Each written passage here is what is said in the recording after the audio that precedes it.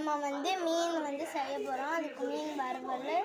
இது மத்தி மீன்னு நினைக்கிறேன்.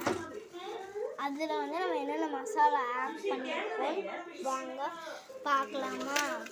என்னென்ன மசாலா ஆட் பண்ணியிருக்கோம்னா நம்ம மீன் எடுத்துக்கிறோம். அந்த மீனில் என்னென்ன மசாலா ஆட் பண்ணியிருக்கோம்னு சொல்லுறேன்.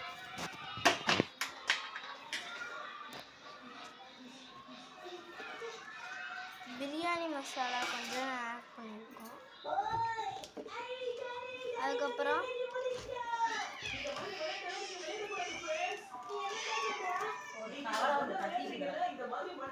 சாரி ஃப்ரெண்ட்ஸ், தப்பாக மசாலா சொல்லிட்டேன்.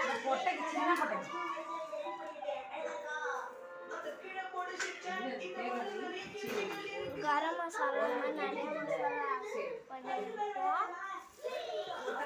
இது நம்ம நல்லாவே கிளறணும்.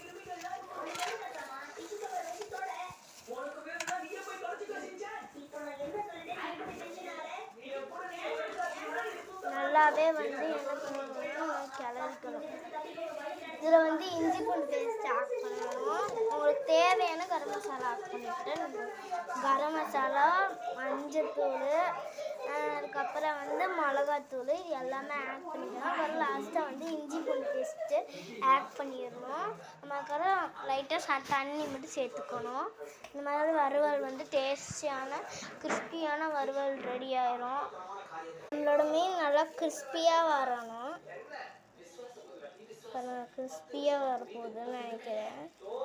செம்ம டேஸ்ட்டாக இருக்க போது கண்டிப்பாக.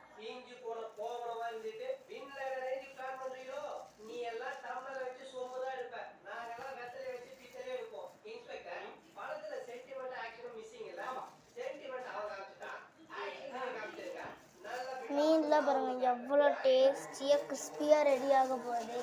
நம்ம இதை கண் இதெல்லாம் உங்களுக்கு காமிக்கிறேன்.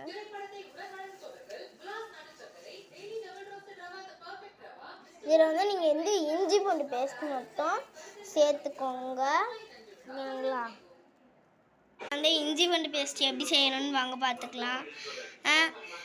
வெங்காயம், சின்ன வெங்காயம் போட்டிருக்கோம். அப்புறம் அதுக்கப்புறம் பூண்டு போட்டிருக்கோம். இஞ்சி போட்டிருக்கோம் ஃப்ரெண்ட்ஸ். வெங்காயம், இஞ்சி, கருவேப்பிலை போட்டிருக்கோம் ஃப்ரெண்ட்ஸ். கருவேலுக்கு மசாலா ஃப்ரெண்ட்ஸ்.